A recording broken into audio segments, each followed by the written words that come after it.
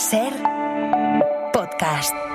Pamela Anderson fue una de las actrices de los 90 y los 2000 víctima del machismo, del acoso de la prensa y de los escándalos. Ahora resurge en The Last Showgirl, un drama de Gia Coppola en el que interpreta a una vedette de Las Vegas en declive. En este episodio analizamos también La Furgo, película española con Paul López, los zombies de 28 años después y, por supuesto, celebramos los 50 años de Tiburón, el taquillazo de Spielberg que cambió los estudios de Hollywood. En 30 minutos os ponemos al día de todo. ¡Acción!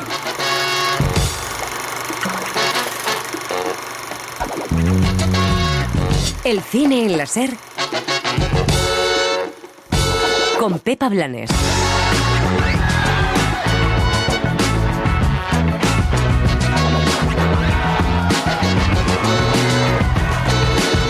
Los zombies sirven para explicar la situación política de la sociedad, pero también estados emocionales, como hace Danny Boyle en La Vuelta de 28 años después, donde habla del duelo y la pérdida con Jodie Comer y Aaron Taylor Johnson. Venga, siéntate aquí, siéntate. ¡Tía! ¿Qué pasa? Jimmy, quedaos aquí, no hagáis ruido y no os mováis. Regresa uno de los rostros de la televisión de los 90 más sexualizado por la industria y la prensa, Pamela Anderson, con nueva imagen y apoyando al cine indie en The Last Showgirl, la película de Gia Coppola. Chicas, nuestro show es mítico. Es cierto, pero se ha quedado anticuado. Es el último show de su tipo en toda la zona. Eso es lo que hace que sea tan especial, el hecho de que sea el último. El cine español cuenta una historia íntima afectada por el gran problema social ahora mismo en nuestro país, la vivienda. En La Furgo vemos como Paul López se apaña para cuidar a su hijo en una furgoneta. No és difícil fer-se'n una idea.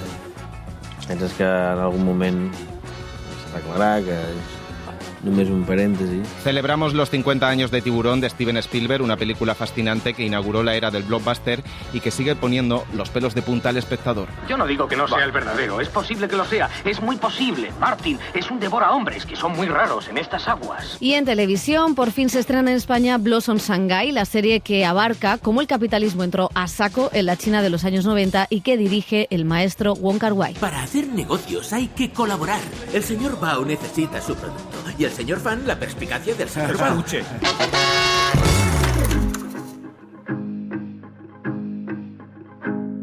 quería presentar sin que te hubiera llamado. Esto de llegar así, con el rostro inmaculado, ese cielo de parfum, tu caminar desganado. Sé que pa' venir aquí hace falta sangre fría. Vaya puntería, una espada que corta esa fila. Porque te veneraba, no me quería pa' nada. Y ahora le he entregado el alma a la voluptuosidad. Quiero agarrarte del pelo, llevarte hasta el frenesí. Quiero bajarte al suelo, capullo, dale. Quieres despertar este baile. Hola, ¿qué tal? Bienvenidas, bienvenidos a El Cine en la Ser. Empezamos con más festivales. En Valencia ya ha arrancado el Cinema Jove. José Manuel Romero, ¿qué tal? ¿Qué tal, Pepa? Un festival centrado en las óperas primas, en los directores jóvenes, una selección que aglutina miradas jóvenes comprometidas con el presente y el futuro, relatos de autodescubrimiento personal, de tránsito a la madurez y de liberación de las ataduras, conectan la selección de largometrajes y que tendrá la actriz María Romanillos como premio al futuro del cine, la actriz a la que vimos en La Casa, la película de Alex Montoya, y que es también la protagonista de Olimpo, la nueva serie juvenil de Netflix. Dice la joven que está preparada para gestionar la exposición y el éxito. Bueno, intentamos no pensarlo demasiado. Es algo que creo que nos apoyamos mucho entre nosotros en ese sentido, como que tenemos mucha confianza entre nosotros como para de repente, si a alguien se le va un poco la olla, bajarle a tierra. De momento no está pasando y yo no creo que vaya a pasar, pero esa confianza existe. Pero de momento creo que nosotros nos preocupamos más en hacer bien nuestro trabajo, en ser buenos actores, en seguir aprendiendo, seguir trabajando para ser los mejores actores que podamos ser. Otro punto importante es el Premio Luna de Valencia, que ha recaído en directores del cine de autor como Ruben Östlund, Mia Hansen-Løve o Son Baker, antes de arrasar en los Oscar, y que este año recae en el rumano Radu Jude, Oso de Oro, en la Berlinale hace unos años con Un polvo desafortunado o Polvo loco. Ține vieții mele private pe un site specializat, Golden Gate. Extraordinar! Strict interzis celor sub 18 ani. Păi nu e viața dumneavoastră privată, doamnă Cilibiu. Că e viața și sănătatea mentală, psihică și fizică a copiilor noștri. Y dejamos el cinema jove y nos metemos de lleno en los estrenos de la semana. Con cine indie americano es lo que propone Gia Coppola, la nieta del director del Padrino, que estrena The Last Showgirl, una película sobre una bailarina que a los 50 es despedida de su espectáculo en Las Vegas. La bailarina es nada menos que Pamela Anderson.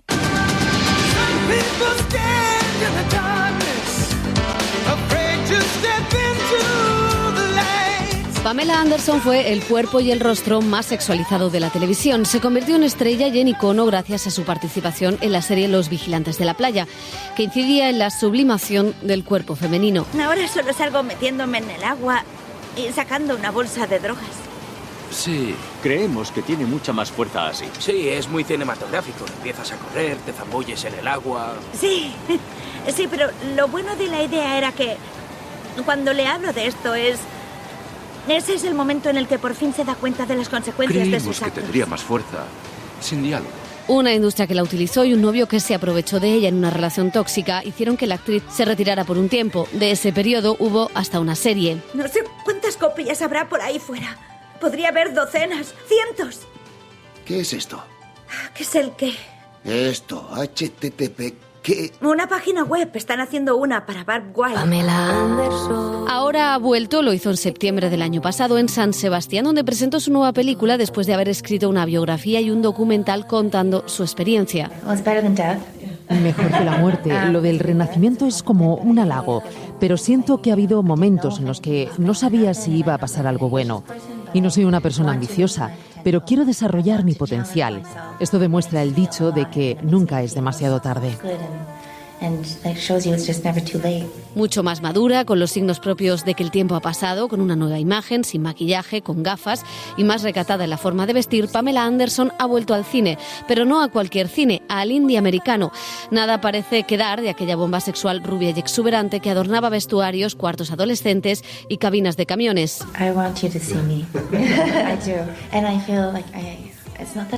Quiero que me vean así. Sin maquillaje me parezco más a lo que soy. Es un gesto íntimo. El poder ir por el mundo con la cara desnuda, con el corazón abierto y aguantar los golpes. Tengo muchas mujeres jóvenes en mi familia, la novia de mi hijo, mis sobrinas, y creo que viven en un mundo con las redes sociales muy complicado. Quiero tener la edad que tengo, experimentar y avanzar cada día siendo yo misma. En The Last Showgirls, la película de Gia Coppola, nieta del director del Padrino, la actriz interpreta a una bailarina de striptease en horas bajas. Tiene una hija con la que apenas mantiene relación y su único núcleo son sus amigas y compañeras. Una bailarina de 50 años que tiene que pensar qué hacer cuando la echan del trabajo. A vuestros puestos. Es la última llamada. La última vez. La última llamada para la última actuación del Razzle Dazzle. En cierta manera, ese reciclaje lo ha vivido la propia Pamela. A veces me he sentido que estaba interpretando a un personaje. Quizá empecé demasiado joven y ocurrió por distintas razones. No quería convertirme en un personaje de dibujos animados, porque con los medios de comunicación sentía que me habían convertido como en un monstruo. Ahí pensé en retirarme. Ahora estoy aquí, pero veremos qué es lo próximo. La directora mueve la cámara por los espacios, por las bambalinas y los camerinos. ¿Tienes algún número preparado? Claro, soy bailarina. ¿Música? Sí, se la he dado al maestro. Y también por una ciudad, Las Vegas, llena de luces y neones, en la que asoman los escombros del sueño americano.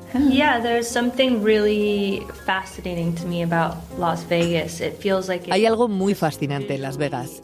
Parece que visualmente es una metáfora del consumismo y del modo de vida estadounidense. Siempre me he preguntado cómo es vivir en esa ciudad. He ido mucho para sacar fotos. Mi abuelo me decía que Las Vegas era un lugar maravilloso para ir, un lugar que está abierto las 24 horas, por lo que puedes ir a por una hamburguesa cuando quieras. Visualmente me atraía transmitir todo lo que me intriga de la ciudad y hacerlo a través de la narración de este tipo de artistas que están en peligro de extinción.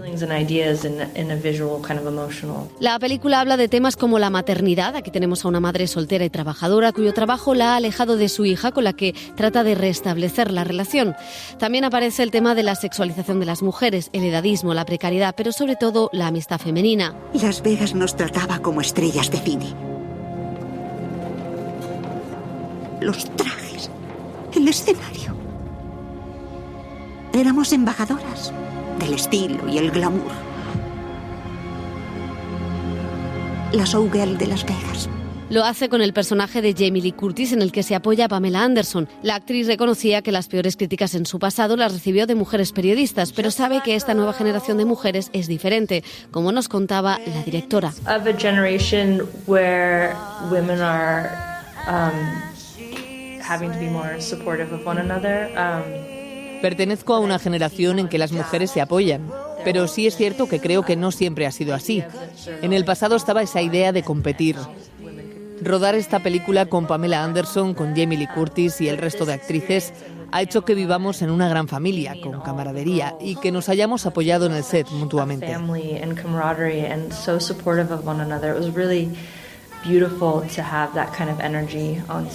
Gia Coppola afirma una historia simple, obvia, emotiva y ante todo mira con ternura y dignidad a un personaje entrañable que ya no se define solo por su físico.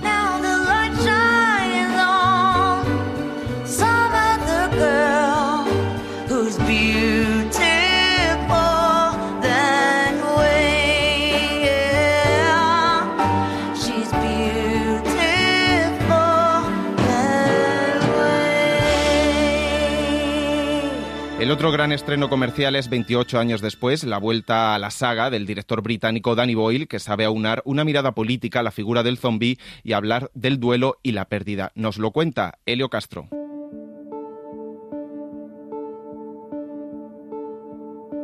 En 2003 llegaba a los cines 28 días después, dirigida por Danny Boyle. Con ella, el realizador de títulos como Trainspotting o La playa daba un original giro al género de terror de zombies y muertos vivientes. Si alguien resulta infectado, tienes entre 10 y 20 segundos para matarlo.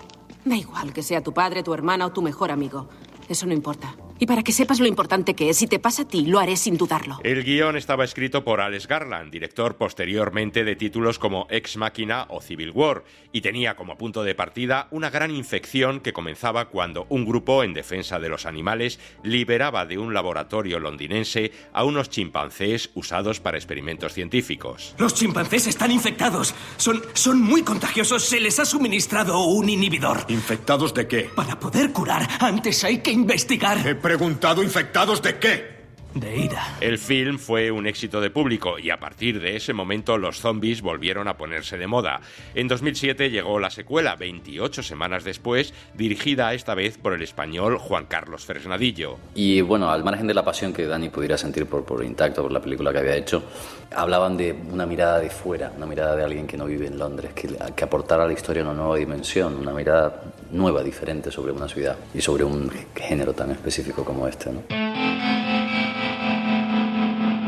Ahora, en 2025, cuando hemos padecido la pandemia mundial y el confinamiento provocado por el COVID, Danny Boyle vuelve a la historia en 28 años después. We've all personal experience now of something. Todos tenemos la experiencia personal de que de repente surgió algo que no comprendíamos muy bien y que hizo que nuestro comportamiento cambiara. Nos pusimos a la defensiva, desconfiamos mucho de todo el mundo y nos refugiamos en nosotros. Vivíamos todos solos en esos espacios y llevábamos guantes y máscaras, pero también en nuestra película aprendes que no puedes vivir así durante mucho tiempo. Desde luego no podrías vivir así 28 años. Poco a poco vas asumiendo más riesgos y empiezas a vivir con el virus. Entiendes que está ahí y que es peligroso, pero aprendes a vivir con él, lo que también influyó mucho en esto.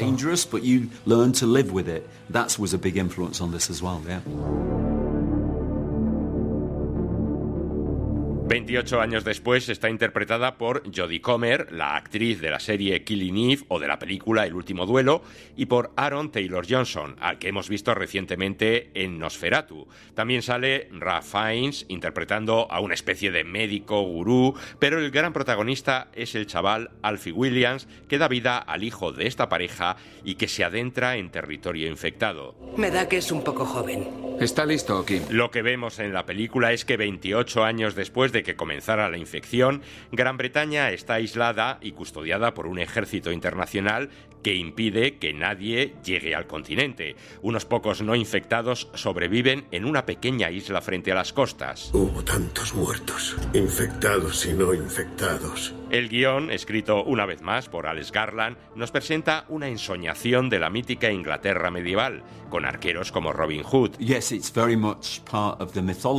Forma parte en gran medida de la mitología de Inglaterra, que es Robin Hood o Enrique V. Es una idea muy famosa del día de San Crispín, en el que derrotamos a los franceses en Agincourt, y el arco y la flecha, el arquero común, como una figura noble. Y se usa en esta comunidad para enseñar a los jóvenes a desempeñar sus funciones, que consisten en ser luchadores con bolas y flechas. Es una mezcla de Robin Hood, Enrique V, pero también de los años 50, de la posguerra, cuando sufríamos racionamiento, pero éramos heroicos. De alguna manera habíamos aguantado, y volvía a eso en vez de mirar hacia adelante. Esa es la elección, y creo que es una elección que el chico toma en última instancia. Tiene que tomar la decisión. Sigue ese instinto o sigue otro tipo de instinto que es peligroso, pero que está más en consonancia con su individualidad. Pero, por supuesto, en 28 años después hay también esos zombies, o mejor dicho, infectados, que intentan acabar con todos aquellos que aún no lo están. Un film con escenas de acción y de terror.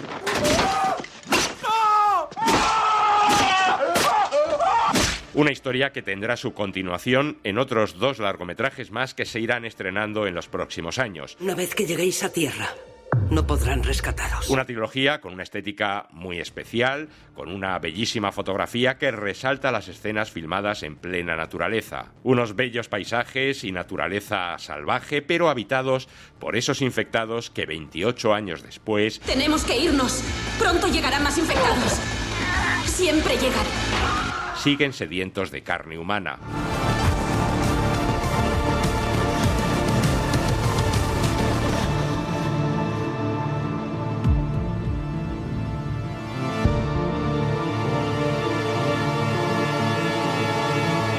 De cine español nos fijamos esta semana en La Furgo. Es una película que trata de mostrar cómo el problema de la vivienda que sufrimos en la actualidad afecta a todas las partes de la vida. También a la situación de un padre divorciado, Pol López, que vive con su hijo en furgoneta en Barcelona. Un reportaje de Joel Peña.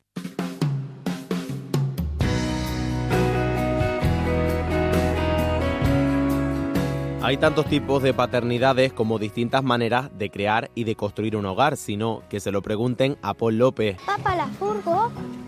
El catalán, que en 2022 ganó el Gaudí a Mejor Actor Protagonista, vuelve a enfrentarse a una historia cotidiana que se centra en los conflictos internos de su protagonista. Porque por un lado era como que él tenía su manera, y por el otro me gustaba también porque eso lo que ponía de relieve es las dificultades que hay, ¿no? en que alguien pueda acceder a una casa normal. La Furgo es una emotiva y particular road movie dirigida por Eloy Calvo, presentada en el pasado Festival de Cine de Barcelona.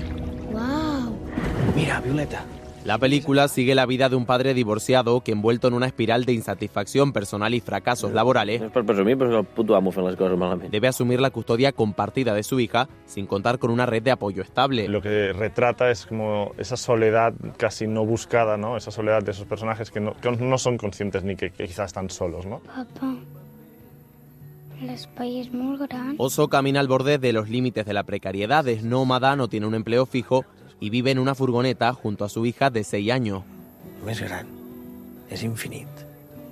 Si és infinit, per què nosaltres estem aquí apretadets? Pol López ha sido el encargado de interpretar a este padre. Sí, a mí me gustaba esa cosa como orgullosa, quiero decir, intentar trabajar la parte más tierna que tenía la película, que tiene con la relación con la hija, ¿no? A partir de la imaginación, todo ese juego, me gustaba mucho eso, pero también me gustaba como no hacerlo súper buenito, ¿no? Porque eso me parecía un palo. Quiero decir, no en el sentido de poco interesante y poco real, ¿no? Del rollo, no, vamos a hacer el padre bueno, tierno, no, sino que también esa cosa de oso, pues eso es por algo, ¿no? Si no se llamaría osito. El actor destaca la complicidad que mantuvo en rodaje con Martina Lleida, la pequeña niña que interpreta a su hija. Ella tenía muchas ganas. Cuando ves un niño, una niña que le encanta este mundo, pues ya es como más fácil porque la ves tan emocionada por formar parte de ello que entonces estaba dispuesta. Evidentemente tiene sus tempos de niña, pero ella también hacía un esfuerzo para, vale, ok, pues tengo que tener esta paciencia, tengo que, ¿no? y ha sido muy guay. La historia parte del cómic independiente publicado en 2018 que lleva el mismo título. La trama de las viñetas, muy ligada a la actualidad, fascinó desde un primer momento al director. Me pareció como una historia muy amena, pero en realidad estaba hablando de temas sociales muy importantes, ¿no? Y de temas que los personajes están viviendo y están sufriendo también en sus carnes. Pero el tono del cómic es lo que más me atrapó, ¿no? Que lo hace desde una mirada como más, no es alegre la palabra, pero más esperanzadora de alguna forma también, ¿no? Y sin meter el dedo en la llaga, aunque habla de temas realmente duros, ¿no? También socialmente. El acceso a la vivienda es una de las críticas centrales de este proyecto. El tema de la crisis habitacional no se ha ni mejorado, o sea que está casi como peor, ¿no? Y es lo que me entristece de este proceso también, porque parte de una situación que se ha estado cronificando año tras año, ¿no? Y ya no solo es poder acceder a una vivienda, sino también es mantener esa vivienda también, ¿no? Que es el problema de donde parte el personaje, que ya había tenido una vivienda, pero la ha perdido, ¿no? Y está en ese limbo ahora de vivir en esa furgoneta. El personaje de Paul López encuentra en su imaginación una vía de escape para su crisis habitacional. Vinga, va, ara a veure on ens porta el pare Antoni. D'acord. Intenta a toda costa que su hija sea feliz. Bueno, es hermoso ver cómo la idea del amor, ¿no? La tiene tan clara dónde lo tiene que poner, ¿no? Es una cosa que al final la peli lo que le guía es eso, ¿no? El amor hacia su hija es lo que hará que tome ciertas decisiones o no, y eso es hermoso, verlo como aunque le cueste, se da cuenta de ello, ¿no? Oso se aferra a su pasado y sus propias barreras no le dejan avanzar. No, és difícil fer-se'n la idea. Penses que en algun moment s'arreglarà, que...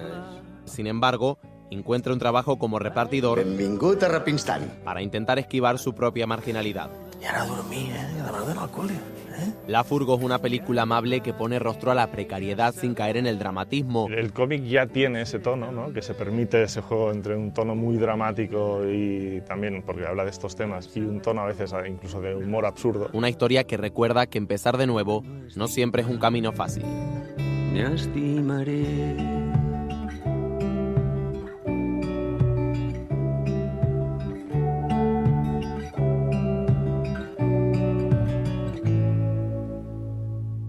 Y hemos dejado para el final un reportaje con el que queremos celebrar una de las películas icónicas del cine, Tiburón, de Steven Spielberg, que inauguró la era del blockbuster, haciendo que los estudios de Hollywood se adaptaran a una nueva manera de rodar y de entender la relación con el espectador. El éxito de esta película, que ponía los pelos de punta a los bañistas de una playa donde aparecía un tiburón, inauguró un género que sigue teniendo adeptos hoy, el Shark Exploitation, pero además impulsó la carrera de su director. La isla Amity es famosa por su limpia atmósfera, aguas transparentes y hermosas playas de dorada arena. Pero recientemente, una nube ha aparecido en el horizonte de este bello lugar de descanso. Una nube en forma de tiburón asesino. En 1975, un joven Steven Spielberg revolucionó la industria del cine y el entretenimiento. Hay que obrar rápido, si queremos que vengan los turistas y ustedes no pierdan sus negocios. Mientras sus colegas de generación, Scorsese, Coppola, Brian De Palma o George Lucas, abanderaban lo que se llamó el nuevo Hollywood de los años 70, por la noche salen bichos de todas clases. Spielberg tomaba su propio camino, el de cambiar el sistema de estudios desde dentro. Es un mal bicho, no es como ir a la laguna a pescar cangrejos o pescadillas. Tiburón inauguró la fórmula del taquillazo veraniego con una campaña de promoción enorme con merchandising. Tiburón fue todo un fenómeno. Se puso de moda ir al cine a ver la misma película varias veces. Y con un público enloquecido que iba a ver la película una y otra vez. Los multicines no existieron hasta mediados de los 70. Fue entonces cuando empezaron a surgir. Porque los distribuidores estaban intentando averiguar cómo adaptarse a la demanda de este tipo de entretenimiento. Necesitaban proyectar la misma película en 5 salas diferentes del mismo cine. Pero el fenómeno de Tiburón tiene su propia historia, la de una producción y un rodaje que también tuvieron mucho suspense. Lo leímos a la vez.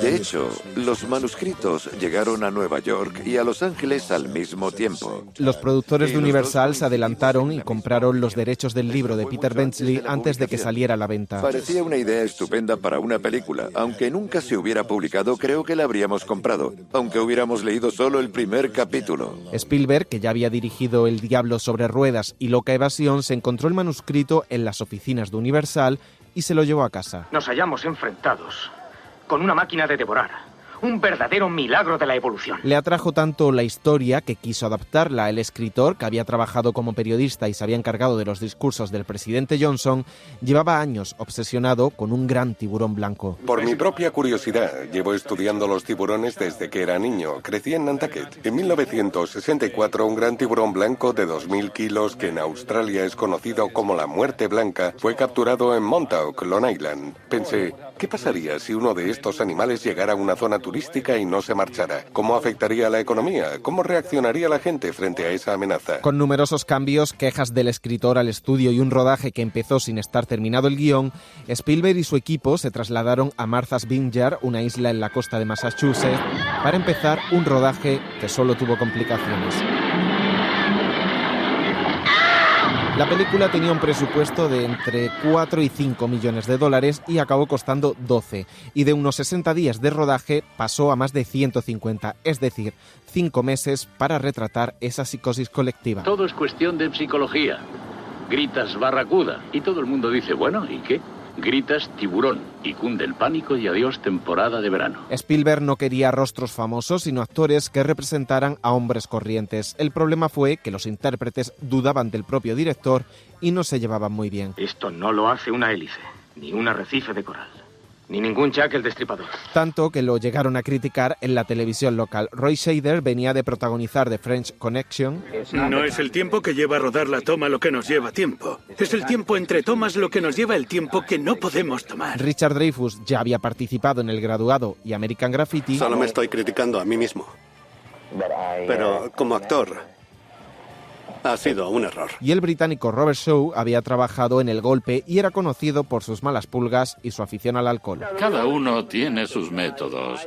Yo suelo beber cuando estoy aburrido. Roy hace ejercicio y Dreyfuss habla sin parar. Pero el auténtico protagonista era... Es un gran blanco, Larry, uno enorme, y cualquier experto en tiburones te dirá que es un devorador de hombres. El gran blanco que tuvieron que construir 3 prototipos mecánicos que solo daban problemas. Steven Spielberg. Sí, fue un espectáculo terrible. El tiburón salió del agua con la cola por delante, meneándose como Flipper.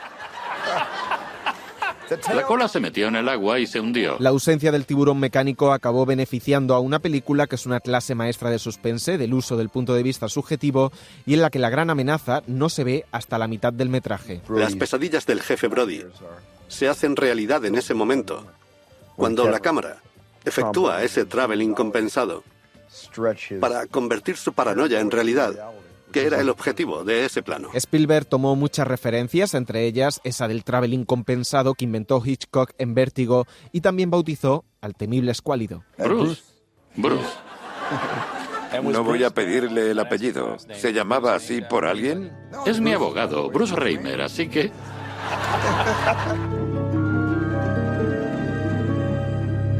Convertida hoy en película de culto y parte de la cultura popular, Tiburón encerraba también para muchos una crítica al Estados Unidos de la época. Prohibido bañarse, zona peligrosa, playa cerrada por orden del Departamento de Policía. Mientras Scorsese preparaba Taxi Driver y Coppola Apocalypse Now, 2 de las obras clave de Vietnam, Tiburón hablaba de alcaldes negacionistas. Este verano se presenta prometedor, así que si os preocupan las playas podéis hacer lo que queráis para cooperar a su seguridad, pero se abrirán este fin de semana. De su poder en los medios de comunicación. Yo me encargo de que el periódico publique la noticia disimulada entre los anuncios de las últimas páginas. Y de un sistema capitalista en el que nada importaba si había dinero en juego. Eso pensaba hasta Fidel Castro, que confesó que era una de sus historias favoritas. Ian Shaw es el hijo de uno de los protagonistas. Se intuyen elementos de la guerra de Vietnam. Permitir que la gente muera, la sangre en el agua, y que no importe, porque hay mucho dinero en juego. Y lo bueno es que no te lo muestran directamente. No es Platoon ni nada de eso. Está ahí para quien quiera verlo. Tiburón arrasó en taquilla, fue la película que más recaudó hasta la llegada de Star Wars, desató el pánico entre las playas durante algunos veranos y también llegó a los Oscar con 4 nominaciones, aunque Spielberg esperaba más. Tiburón va a resultar nominada en 11 categorías. Vamos a arrasar en las nominaciones. Vamos a sentarnos y empezamos. En unos vídeos caseros, el director muestra su frustración. Stanley Kubrick por Barry Lyndon. Sidney Lumet. No me han elegido. No me han elegido. No me han nominado. Me ha ganado Fellini. Y eso que competía con grandes maestros como Stanley Kubrick, con Milos Forman, con Robert Altman, con Sidney Lumet y, como escuchábamos, con Fellini por Amarcord. La película ganó mejor montaje, mejor sonido y mejor banda sonora por esos inquietantes acordes del maestro John Williams. Cuando John vio la película terminada, dijo: necesitamos algo parecido a un timbal, algo que resuene y que lo sintamos antes de escucharlo. John inventó ese sonido tan primitivo. Y eso que al propio Spielberg no le convencían al principio. Cuando Johnny me lo tocó en el piano en su casa, creí que era una broma. Hizo... Me eché a reír. Tiburón colocó a Spielberg en la cúspide de Hollywood, le brindó independencia y libertad para sus próximos proyectos, para hacer la gran carrera que ha hecho, y la película cambió el modelo económico de toda una industria, redefinió el concepto de blockbuster e inauguró la moda de las sagas y secuelas que, más allá de la historia, solo buscaban beneficios.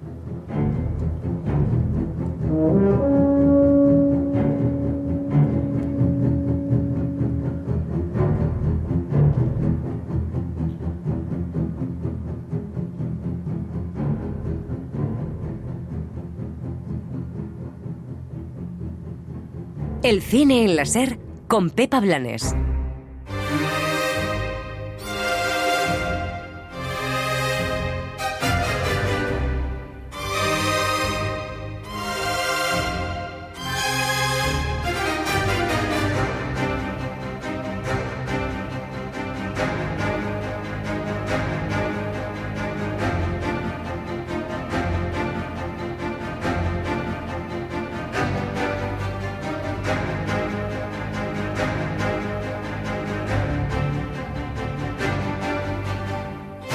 Se estrena en televisión uno de los grandes directores del cine asiático. Wong Kar-wai despliega su universo en Blossom Shanghai, donde aborda la memoria social, estética y económica de los 90 en la ciudad en la que nació. Dani Garrán, ¿qué tal? Hola, Pepa. Filmin ha estrenado la primera ficción televisiva de Wong Kar-wai, uno de los directores chinos que más ha impactado en el cine occidental, con películas como Deseando amar y 2046. La serie adapta una novela de Jin Gucheng y se ha convertido en un referente de la literatura contemporánea. Blossom Shanghai está ambientada en la ciudad que le da nombre, de los años 90. Narra el ascenso de Ah Bao, un joven de origen humilde, una suerte de Gatsby que se convierte en un carismático millonario de la ciudad más vibrante de China. Es una ficción de 30 capítulos sobre la apertura del gigante asiático al capitalismo. El mercado es implacable. Cada año cae más gente. Del grupo con el que empezamos a invertir en el 85 quedamos pocos. Los que tuvieron éxito se pueden contar con una mano. El resto o perdieron mucho o lo perdieron todo. La supervivencia del más fuerte. Y los huérfanos de élite ya tienen su serie sustituta. Netflix cambia el instituto por un centro de alto rendimiento deportivo en Olimpo para desplegar una serie adolescente donde no faltan las escenas sexuales, las drogas y la rivalidad al más alto nivel. Clara Galle, Nuno Gallego y María Romanillos protagonizan esta ficción que sigue a un grupo de jóvenes que buscan destacar en sus respectivas disciplinas deportivas. Escuchad a la presidenta de la federación. Hola equipo, ¿qué tal? ¿Cómo estáis? Ya he estado hablando con Svetlana y se lo acabo de comunicar. En 2 meses, el comité va a escoger el dúo de natación artística de la selección española que nos va a representar a todos en el Mundial. Amaya, Nuria, seguid así, lo estáis haciendo muy bien. Y las demás, no os relajéis, porque ya sabéis que en 2 meses pueden pasar muchas cosas.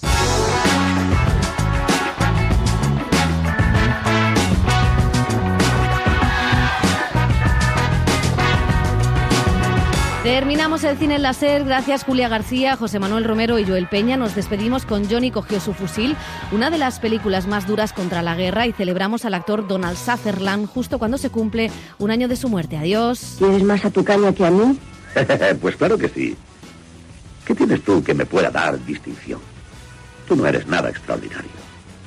Sí que lo soy, padre. ¿Tú crees? A lo mejor no lo soy ahora, pero lo voy a hacer.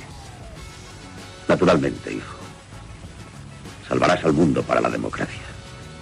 ¿Qué es la democracia? Pues no creas que yo lo entiendo muy bien. El cine en la SER con Pepa Blanes.